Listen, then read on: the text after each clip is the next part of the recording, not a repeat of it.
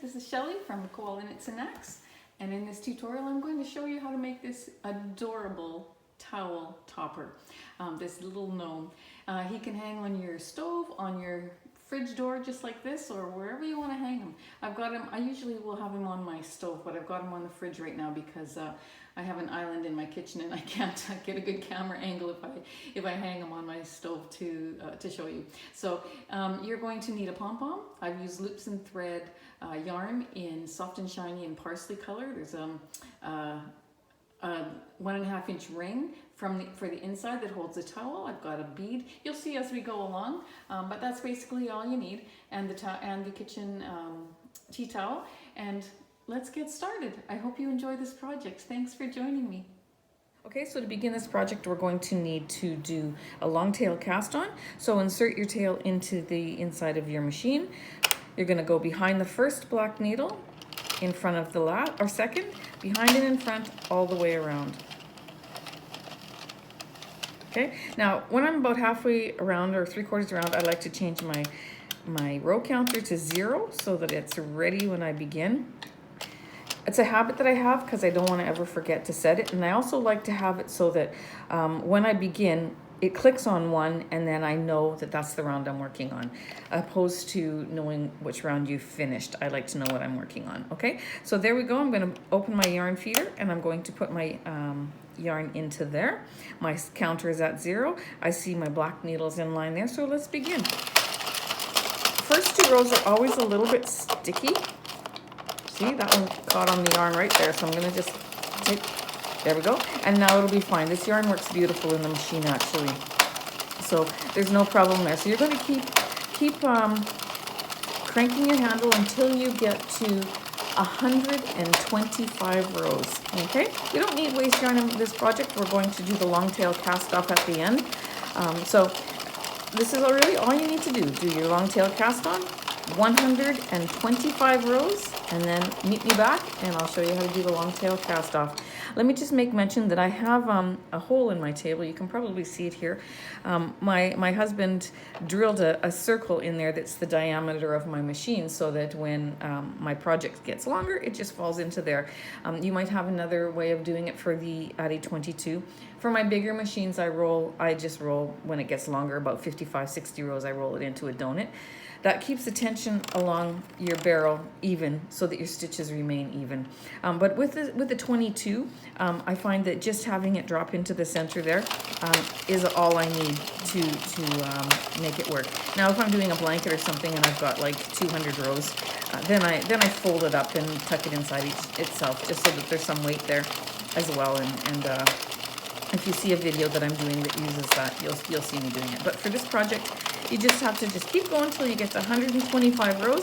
Let it drop through your center there, or however you maintain your tubes when they get longer.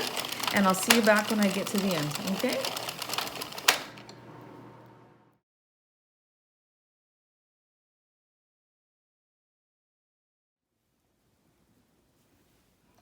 Yeah, I'm coming up. I see my black marked divider coming around. I mark that with a permanent black marker because then I always know when the end of my row and the beginning of my row is coming around. And it's my favorite thing about this machine. I think that's the best tip I could ever give you, is to mark that with a permanent black marker. Okay, so I'm going to click on 125 and I want to finish that row. So it's come around. Now I want to do a long tail cast off. So I'm going to cut off about 8 or 10 inches. Open my yarn feeder, take out that yarn, put it in between the last white and the first black needle, and then we're going to go ahead and thread our needle. I'm going to take a smaller one because this yarn feels a little thin. So it is a 4 weight, but it does feel a little thinner. And so I use these needles that have the plastic loop in them, the metal needles with the plastic loop in them, and the loops are a little bit wide. So sometimes they like to fall off the needle or out of the loop there if I'm not careful. So I'm going to choose a smaller one. Okay, so let's, oops, see, just like that, it slid right out. You got to hold it with your fingers, I guess. A little bit better than what I did. Okay, so let's just keep going here. I'm going to take off the next one. I usually take 4 or 5 stitches off, and then I circle it a little bit more so that I can take a greater number. And then you hold them with your thumb and you keep going until you get them all off your machine, okay? Now the problem is that I didn't cut the tail long enough. I mean, it's long enough, but if I cut it longer, it wouldn't slip out of this needle. Okay, I cut it a little short. So give yourself a little bit more of a generous tail to remove your project with. Okay, here we go, almost at the end. Catching those stitches with my thumb, because when I rotate this, when I'm pulling this off, I gotta always keep my eye on the next one too, because if that stitch falls off those two little red teeth, then that's how you drop a stitch and your row will start to unravel. So you wanna be very, very careful with that. For those of you who are new, that's something that you need to really pay attention to. Okay, so we've got our project off. I'm going to then stretch it. This is such soft material. Stretch it in every direction, lengthwise and widthwise, and then meet me back and I'll show you what to do. Now that you have it all stretched out in every direction, lengthwise and widthwise, what that does is it softens up the stitches and evens them out and gives you beautiful tension all the way across your project. So it's a very important step to make sure that you do. So let's thread the one end of our needle. And we're going to close off the one end. This yarn is so, like, it's soft and shiny, just like it says, and it's almost very loosey-goosey kind of. So you see a little stitch poking up there, but I did catch that with the drawstring, so it's not going to unravel. But I'm going to just go through and do that one more time just to secure. If there's any stitches that you see like that around the outside of your project, make sure you just grab it and secure it, just for safekeeping. So then I'm going to take my needle and I'm going to go around the edge of that end, that opening. Just go around once. For a beanie, I always go around 2 or 3 times, but for this project, I only need to do it once. And then I'm going to tie it off in a knot. Just like that, okay? And I only need to do one just to secure that because I'm going to tie the other end to that, and we're gonna make a bigger knot, or tighter knot, once we get to that point. But now go down to the other end and do the exact same thing. But before you do that, I want you to open it up. Open that end up, put your hand in there, slide it. Make sure that if your yarn end, if you left a smaller end than you should have, that you make sure that doesn't pull out and then loosen your stitches. But go all the way around till you can grab that end. But you know what, before you do that, I want you to take your needle. I'm gonna just thread it while it's on the, while my hand's in there. And you're gonna take that end and you're gonna poke it through that hole. And grab the tip of that needle so it doesn't catch on any of the side there and snag. But grab the tip of that needle and bring your hand through with the end of that project until that end that you just did meets this end that you're going to now do. Pull that needle out and then grab your yarn end and pull it through. Okay, so that when we snug up this one, I've got a little snag there that happened to me when I was taking it off the machine, but that's okay because we're not going to see that. It's going to be cut off. We're going to tighten this end the same way that we tightened the other end, and then we're going to tie the two together. So go ahead and do that. I'm going to struggle a little bit with this because it's snagged and it moved one of my stitches a little bit, but I'm going to, or snagged around one of my stitches, but that's not a problem. It doesn't defeat me. So we're going to go ahead and cinch that. And what I mean by that is because it started to snag, I wanted to catch it so in case it broke, so I wrapped it around a stitch. So now when I pull it, and maybe it's a good thing to show you this in case something like that ever happened to you. Now when I pull it, it's only gathering part of it. So I'm gonna go ahead and I'm gonna pick up those stitches with my needle. This rarely happens. This isn't, as a matter of fact, this is the first time this has ever happened to me. So, you know, if it happens once to you or twice to you, then you'll know how to fix it. You're just going to pick up these stitches that are on there until you get around to where it starts to gather. I'm almost there.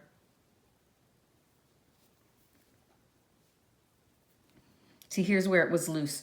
That's a loose stitch just because I wrapped it around, so don't worry about that. You probably won't even see that on your project. And then I'm going to tighten that up. See, I closed that up, and I'm going to go ahead and go around one more time. My ends are never this messy looking, so I apologize, but I'm choosing to keep it this way just because I want you to see that it's fixable. Okay, so I'm going to go ahead and do that, and then I'm going to turn it around here, and I'm going to grab this underneath that loop just because I want to just make sure it's secured. So in this instance, I went around twice. The other end I went around once, but this instance I went around twice, and now I fixed that, and you can't even tell that there was a problem. So everything is almost everything is fixable. So you don't have to worry. You just have to figure out a way to make it work so that you don't have to rip out your project. That is invisible. No one's going to ever see that there was a snag there or a problem. It's totally secure and it's going to hold. So now I did a knot, and I'm going to do one more knot. And I'm going to put my hand inside of that and just smooth it out so that I don't have the inside bunched up there. I want it all completely smoothed down so that I'm working on a completely flat panel with all 4 pieces, because there's 2 on the ones. When you have it folded like this, there's essentially 4 sides. So, okay, so we've got that done just like that. It's looking beautiful. I love that color. I think it's going to be a beautiful gnome. And now we're going to hide our ends. I hid one end already, and I'm going to go ahead and do the other one. Just put it on my needle and poke it in through the 2 in between this first and the second layer here. Bringing it down, pull it through and cut it off, okay? The next step will be to make a pom-pom and then add it to the top of your project, okay? So I'm not going to show you how to make a pom-pom in this video. If you don't know how to make one, then check out my channel. I haven't got a video up yet, but I am going to put a video on there how to use your clover. I have a clover pom-pom maker that I just got. Some of my videos that you will see on my channel where there are things with pom-poms I have made using my hand, and I love to make pom-poms using my fingers as well. But I just recently bought this clover pom-pom maker and I actually really love it. So I'm going to do a video on that one of these fine days too. So what you're going to do is you're going to thread the end of, once you make your pom-pom, just thread the end with the tails that you have on that and poke it through the top of your closure there, making sure not to snag the sides with the needle as you pull it in, okay? And then you've got your pom-pom on the top there. I'm going to just reach inside and turn it inside out and tie that in a tight knot, and then I'll see you back, okay? Okay, the reason why I went off camera for that is because sometimes these videos can get very long, and if you leave out the parts that are self-explanatory and that you know aren't needed, then it can make the video a little bit less in length, and that's good. So now you've got your long, what looks like a long bonfire beanie, tiny wee bonfire beanie off your machine. And the reason why you have to do your pom-pom first, so please make sure that you always do your pom-pom first before you move on to the next section, is because we're going to add a ring now, but we've got to sew it through all 4 sections. So when I sew it through all 4, I'm not going to be able to then get in there and tie my knot at the top of my pom-pom. So now let's go down to the bottom of your project. We smoothed it out on the inside so everything is lined up properly, and we're going to count up from the base of the bottom there 34 stitches. So 1, 2, 3, 4, 5, 6. So go ahead and count up 34 stitches.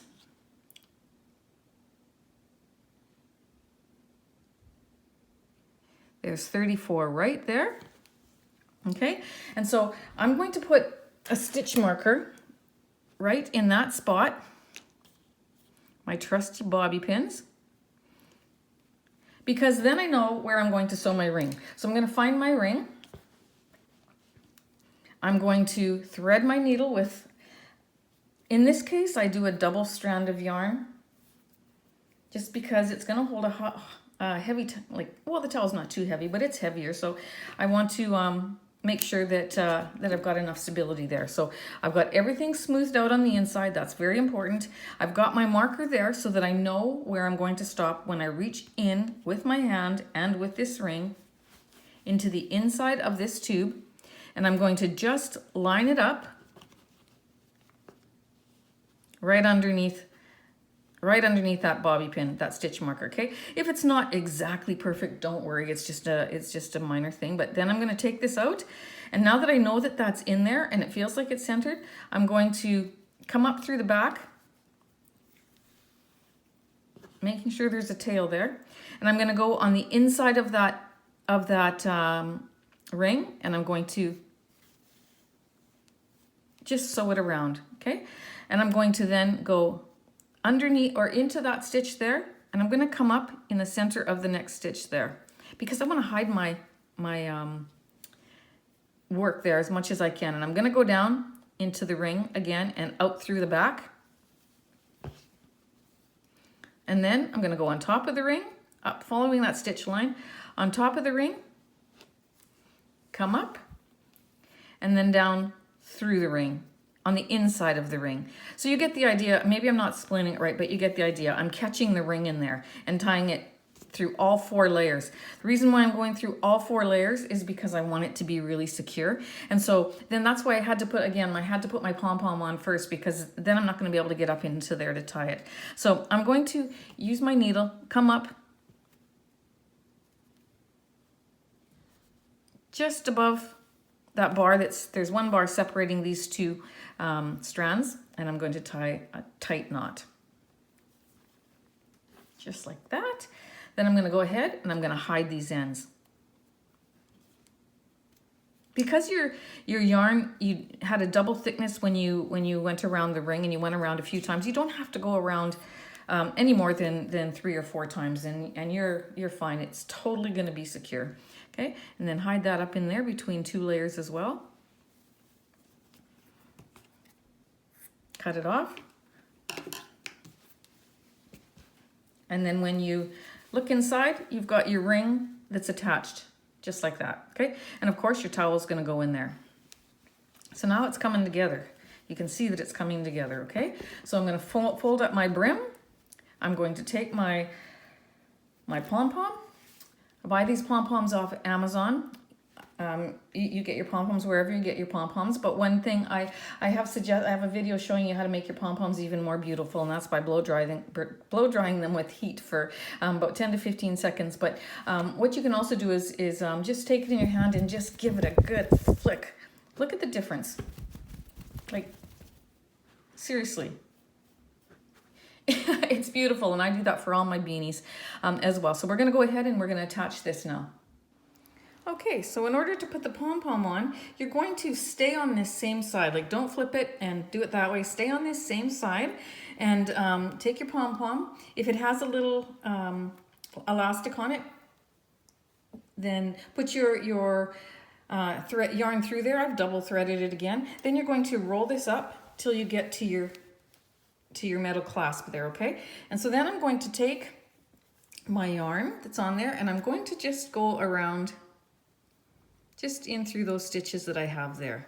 Just grab them the best that I can, okay? And then I'm going to take my pom-pom, the 2 ends, and I'm going to give that a good firm knot. My neighbor has 5 little dogs, if you can believe that, and they're all out in the backyard barking away right now, so hopefully you're not distracted by that. Whenever I'm videoing, I always find there's something that's causing a noise in the background. So several of my videos I mention, sorry for this, sorry for that, but yeah. Oh, she must have put them in because they're no longer barking. Okay, so then you're going to hide that between the 2 layers. Pull it out, give it a snip. You're going to roll this back down. Pull out your pom-pom. Oh, he's so cute.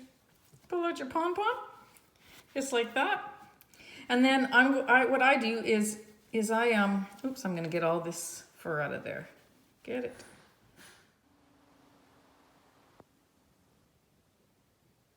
Okay, we got him in there, and it certainly is looking like a cute gnome. Now I'm just going to make mention that it looks like it's pulling here, and that's because it is. The elastic of the pom-pom is secured where we secured it, but then I pulled the pom-pom down so that it's in the right place on the brim, and it puckers this a little bit, which is what I like, because then it just isn't so straight. I think that adds to it, actually. So then what I'm going to do is I'm going to just lift this up again. I'm going to smooth down all the fur on the pom-pom, get it out of the way, roll this brim up just a little bit. I'm going to just add a little bit of glue right there, and then on the other side. See, this glue gun's been plugged in for quite some time and it's just not very hot because it's a dollar store glue gun. Okay, then I'm going to secure that down. Like that.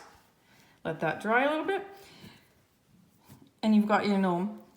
Once you get your towel in there, you're going to pull this out a little bit and it'll be even nicer. But okay, so before we do that, before we put our towel in, I'm just going to make mention that you can buy tea towels pretty much anywhere, Dollarama, Dollar Tree, wherever. But I like to buy good quality tea towels for these things to sell, because I just think, and as gift giving too, because I think the quality of a more expensive tea towel just looks so much nicer on the project that you've taken so much time to make.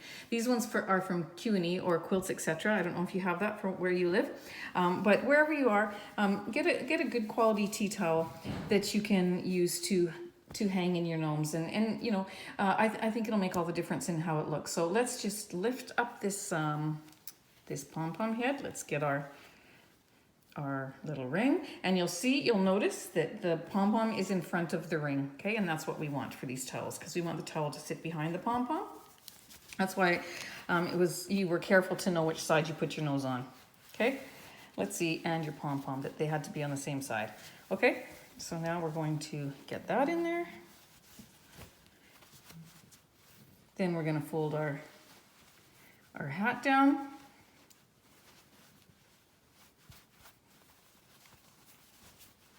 Oh, so cute.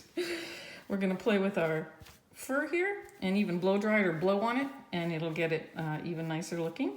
And I'm going to adjust the camera because it's too close and it's hard to see. So I'm going to just shut it off, and then we'll be right back with you.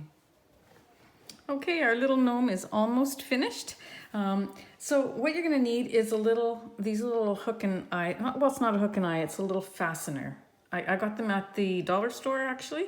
They're a little fastener, one end goes into the other. And what I do is I got a needle and thread with the thread that is close match to the yarn that I have. I just happened to have it, so I was lucky. And I put the little one at the top here, just off to the side underneath the pom-pom, just like that. I sewed it on, okay? And then the other one, when you get to the bottom, you put the bigger one at the bottom, and you look for your ring. You feel with your hands where your ring is. And so this is the ring, this is the middle. I just put it off to the one side right above the ring. Okay, so then when I go to put this on my stove, I'm going to snap it shut, and it's going to sit like that. Okay, so there you have it. When you put your towel on, you want to just smooth out the back as well, so that the brim of the hat is nice and snug over the towel there. So there you go. You've got your gnome towel holder, and it just looks like adorable. Once you put the towel on and you work with the brim to get it over, then stick your hand underneath there and pull out the pom-pom a little bit so that the fur is all out and nice on there. Okay, so thank you for watching this tutorial. I hope you enjoyed it, and I hope you have lots of fun making many of these little gnome towel toppers. Thanks again for watching. Have a great day, my friends.